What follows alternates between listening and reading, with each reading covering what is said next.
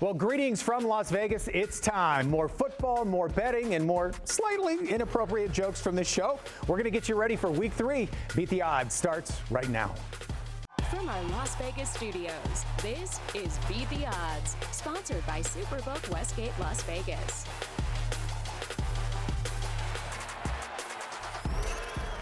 Well, hey there. Welcome inside our Las Vegas studio. I'm Dave Hall. And I'm Mariah Janos. After 2 weeks of pro football, have the betting gods been smiling down on you? Or are you losing hair faster than Jack loses arguments with his wife? Unlike Jack, you guys do not have to stay in the doghouse. Not the doghouse. Let's get him out of there. All right, on to week 3. The boys have some trends and numbers that might help you out a bit.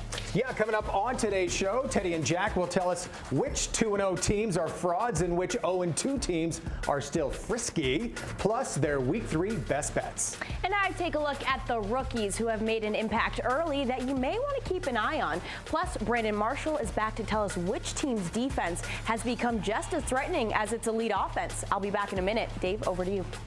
Sounds good. Thanks, Mariah. Let's get the party started. Back with the boys. How you guys doing? Doing good, although not just arguments. I'm also losing hair. I need some of that spray stuff because some of these games in pro football, they are absolutely coming down to the wire, and some strange things are happening. No doubt about it. Well, let's start right there, you guys. We saw every weekend there are some bad beats, and there was a couple especially painful ones this past Sunday. Oh, yeah. You want to talk some stunners. How about this? Atlanta against Green Bay. First half total, 19 and a half.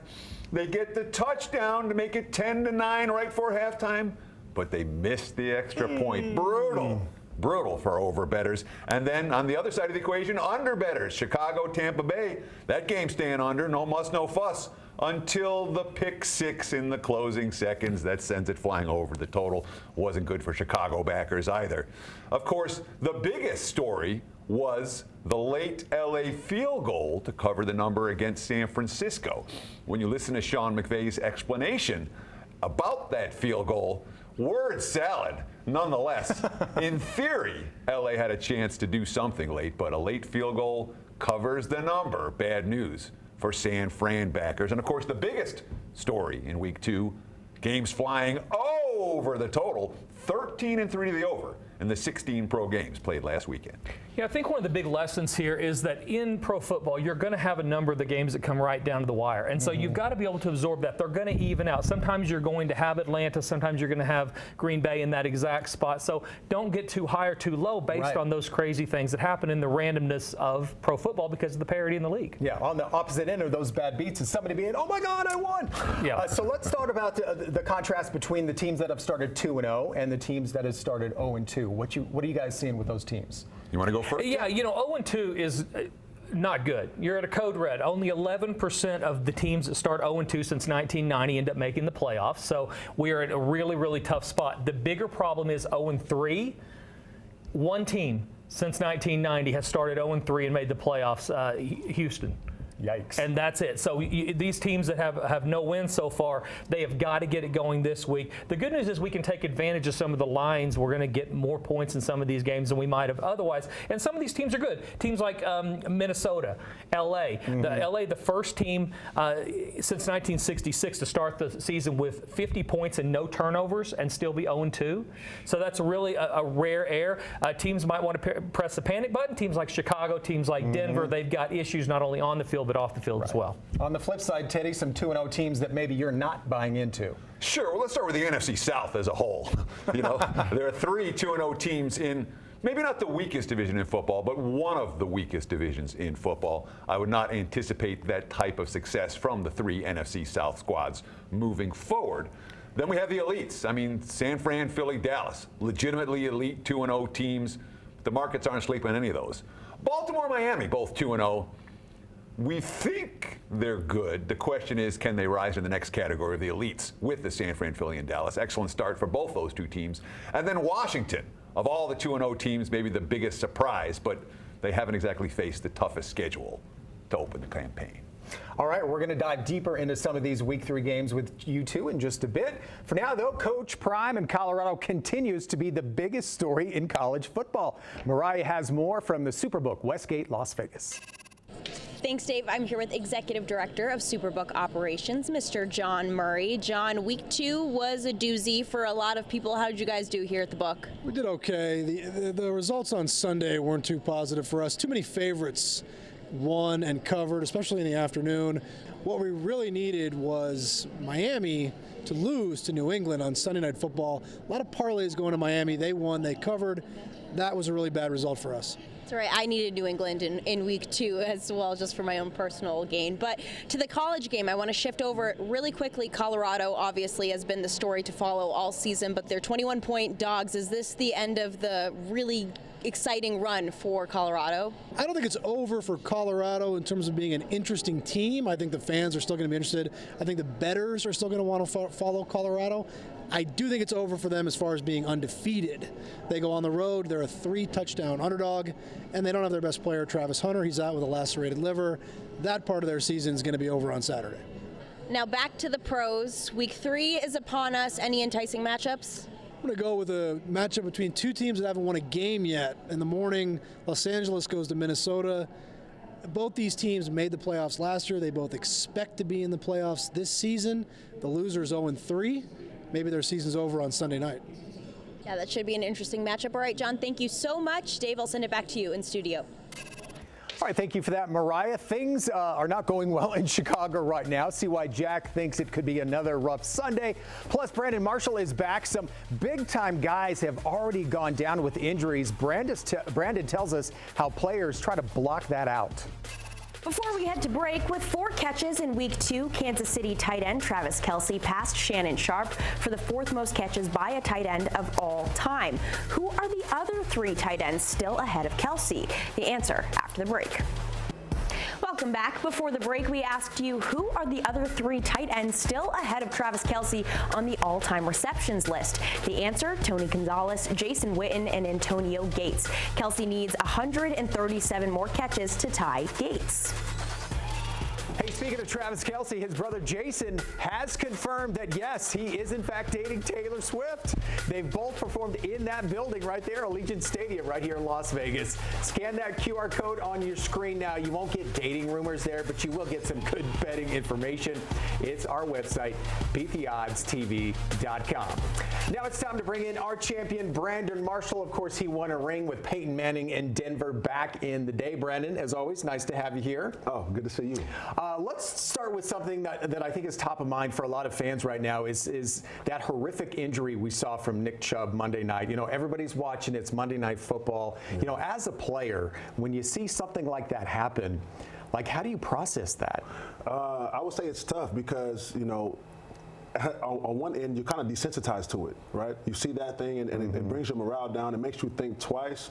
But on the other hand, it's like, a second later, you're like, okay, I have to play another snap. I have to get ready for the next snap. I have to play this game. And it's really tough because, you know, as devastating, as tragic as it was, right? It would make anybody else kind of step away, like, maybe should I be playing this game? But at the end of the day, we have that gladiator mindset, right? To our detriment at times. Sure. The gladiator mindset, look, you know what? Next play, I'm gonna keep going, and it's not gonna happen to me. That's tough. How many injuries did you rack up over your career? Well, I've had about 7 surgeries. Nothing as catastrophic as what happened to Nick Chubb, but I've had 7 surgeries, so I've had a lot. Including the finger. You got that finger right there, the claw. Well, we're 2 weeks into the season. We've seen a lot of dominating performances from defenses. Is there a couple that has stood out for you? Yeah, I mean, I would say one that stood out to me on the negative side. You know, if you look at Chicago, they've literally given up 12 games in a row. They've given up 25 points per game, right? Now, Chicago has been historically known to be a dominant defense, a dominant defensive franchise, and they've just been, it's been terrible, you know, so seeing that has been really disheartening, and I'm sure it hasn't helped Justin Fields and his development. And I would say Dallas, man. Dallas, you know, I'm gonna keep harping on Dallas. They're playing fast, they're playing physical, they're getting turnovers. That is an exciting team and is an exciting defense, and that defense could carry them all the way to the big game. Now, one defense that not a lot of expectations was on going into this season, but has really carried their team so far, Kansas City. Patrick Mahomes and that offense kind of stuck in the mud a little bit. That defense has looked really good. And look, it's scary. If Kansas City can have a consistently good defense, now that's scary because you have an all-world quarterback in Patrick Mahomes. They're paying him what, half a $1 billion.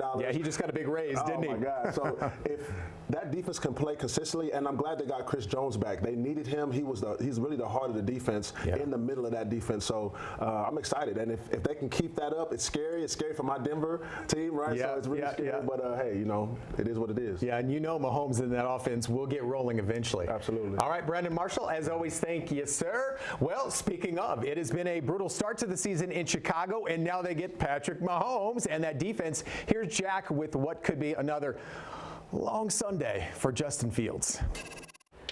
Yeah, you know, typically when you're trying to make money, especially early in the season, you want to look for the uncomfortable teams. But every once in a while, you'll find a trend where you can play some more comfortable spots. And I think nobody wants to walk up to the window right now and play Chicago with all the issues on the field. They're giving up over 32 points a game. Justin Fields looked lost. He's blaming his coaches.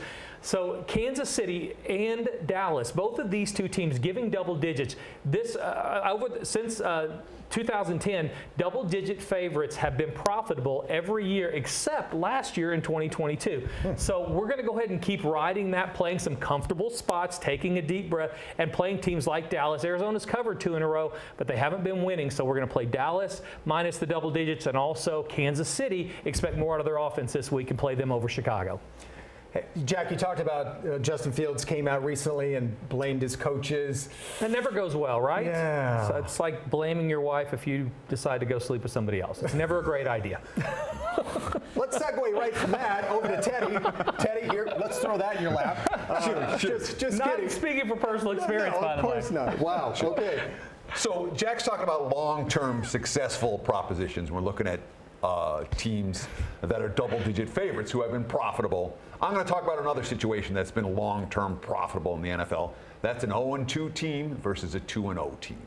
It's desperation time for the 0-2 team, and it's sometimes a little bit fat and happy time for the 2-0 team. That's Denver and Miami this week. Denver plus 6.5 as we speak. And look, it's hungry versus fat and happy.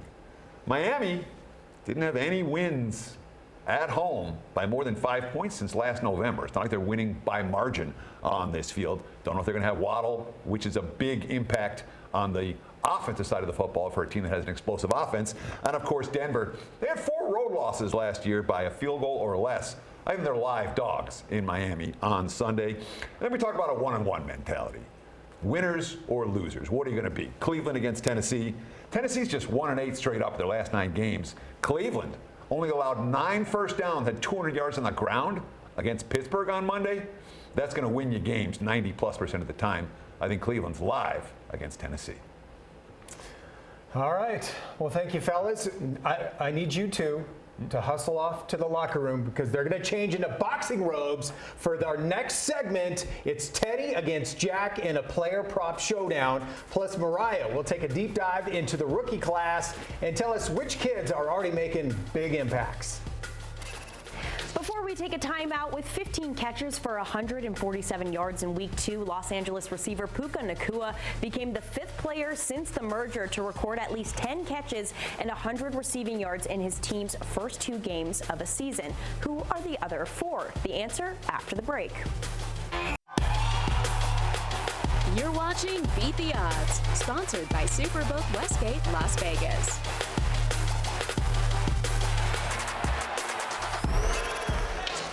Welcome back. Before the break, we asked you, with LA receiver Puka Nacua becoming the 5th, who are the other 4 players since the merger to record at least 10 catches and 100 receiving yards in the first 2 games of a season? The answer, Cooper Kupp in 2022, his predecessor, if you will, Miles Austin in 2010, Isaac Bruce in 98, and Andre Bad Moon Rison in 1994.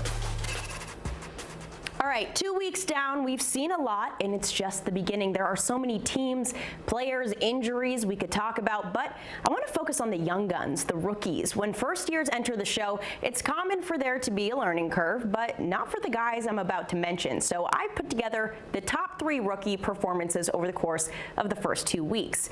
Starting at number 3, let's take a look at the magic of Anthony Richardson pre-concussion protocol. This kid was turning heads at the combine with his size and speed speed and athleticism. Immediately, it translated to the field. Before the concussion, he was putting on a show with the combo of his quick, short passes to get down the field, and then boom, he'll take off with his legs into the end zone. Richardson is just the 5th rookie taken in the top 5 to rush for at least 3 touchdowns in weeks 1 and 2. Coming in hot at number 2, Atlanta's Bijan Robinson. This is the running back to watch. Week 1, 10 rushes, averaging 5.6 yards per carry, 6 targets with 6 receptions and a touchdown. Week 2, the workload went up, and thank God it did, because he's a big reason why Atlanta is 2-0. He rushed 19 times for 124 yards, and through weeks 1 and 2, Robinson has the 2nd most rushing yards with 180. The only guy with more, unsurprisingly, Christian McCaffrey. Pretty good company, though. And the moment we have all been waiting for. Number 1, the guy with the coolest name in the league. I think we just talked about him.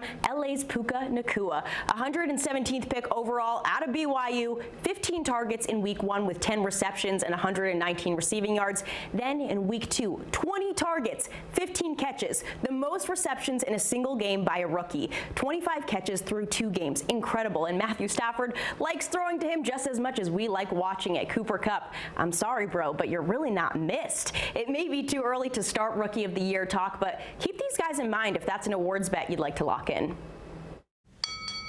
Good stuff. Thanks, Mariah. Now time for my favorite segment. These guys haven't seen a gym since George Bush was president. The first one. But no matter. It's Teddy against Jack in a player prop showdown. Today, the boys will debate Kirk Cousins' passing yardage. Teddy, lead us off. We sure will, and we're going to take Kirk Cousins' passing yards over 291.5. If you shop around, you can even find a better number than that. Let's start with this. Why? He's playing the worst defense in the league. LA has allowed 6.9 yards per play. The 2nd worst defense allowed 6 yards per play. That's how bad LA has been defensively so far this season. 2 games, 2 shootouts, all offense. Cousins is going to get his chance here. Plenty of them. You know who's glad that it's not that easy? Every line setter in town. I mean, because if it was that easy, they would just look at what we saw the last couple of weeks and we go ahead and play over. You know, Cousins has averaged over 400 yards per game his first 2 games. Honestly, this time of year, the slogan should not be winter is coming. It should be regression is coming. So you're going to get, Cousins has been in the league for 12 years. We know what he is, 261 yards per game over his career. What goes up will come down. Look for him to start that this week. No. Cousins, 31 of 44. Note the 44 pass attempts week 1. 33 of 44 week 2. Okay, 300 plus yards in both of those games. And let's not forget, Minnesota can't run the football. It's pass. They're playing a team that can score. This is Cousins over the total. This seems like a made-for-TV. Did Peyton Manning switch spots with Kirk Cousins? Because I think we know who he is. This is like me. I know exactly what I am, and I'm not good with good-looking girls, all right? Except my one wife. This is the problem. He is who he is. He's 260 a game over 12 years. Things are not going to go great this week. We need to cut Jack's mic. He's already in the doghouse for the comment in the previous segment. All right, you two go hit the showers, especially you, Jack. Make it quick, though, because we need you back for the final segment where these two will have their Week 3 best bets. Before we head to break, with a loss this week in New York, New England would fall to 0-3 on the season. Uncharted territory for the franchise over the past 2 decades. And when was the last time New England started 0-3? The answer's after the break. Welcome back. Before the break, we asked you, when was the last time New England started season 0-3? The answer, 2000. It was Bill Belichick's first season as head coach in New England. The team started 0-4 that year before finishing 5-12, and I was 5 years old. Ironically, the year 2000, also the last time Teddy wore those shoes. He was just telling us his wife, let's see the shoes. All right, the nice shoes. Timeless, right? Wear it more often, Teddy. Come on. the wife, look, everything that I have, my wife has taught me how to dress. You couldn't imagine the outfits I'd be wearing. Well, you're a smart man. You listen to your wife, no doubt about it. Hey, join us next week. We'll be back breaking down some of the big talking points after week 3 of this season. And who starts 0-3? That's a problem. I mean, nobody's making the playoffs at 0-3. Yeah. I'm afraid for my New England team, but let's just move on to best bets. I'm crying internally. Teddy, take it away. Sure. Let's start in Baltimore. Indy +8 in Baltimore. And there's definitely quarterback uncertainty when we talk about what's going to happen for Indy right now. Is it going to be Gardner Minshew? Is it going to be Anthony Richardson? They're two very different quarterbacks. Baltimore has to prepare for both of them. And that certainly concern for Coach Harbaugh and company. It's a very tough game plan for this defense. When you talk about two QBs with very different styles of play, both of them are capable of creating big plays and moving the ball offensively. When it comes to Baltimore side of the equation, look, this is a nasty little divisional sandwich. What's a divisional sandwich? You played a divisional opponent the week before, you play a divisional opponent the week after, and in between, you're a big favorite against a team you don't care about quite as much. That's certainly the case for Baltimore this week, off Cincy with Cleveland on deck. And we like Baltimore in a lot of different roles. Home favorites, not so much. Just 2-7 against the spread. Their last 9 tries laying points. I'm not calling for the upset. I'm calling for the hang around. Look for Indy to hang around in this one, +8. I thought a divisional sandwich was where you had ham and bacon on the sandwich at the same time and then cut it in half. I knew you were going to make a sandwich. A little What's bit your different. top best pick? By the way, undefeated so far with the best play. I'm not spraying my arm just yet, but you can't win them all if you don't win the first few.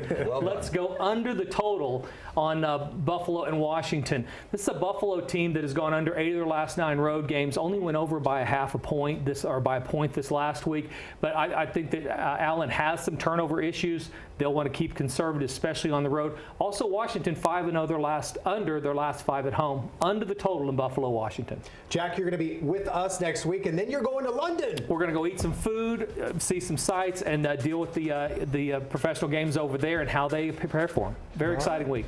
Good stuff. I hope you're not driving around in circles the whole time. Look, kids, Big Ben.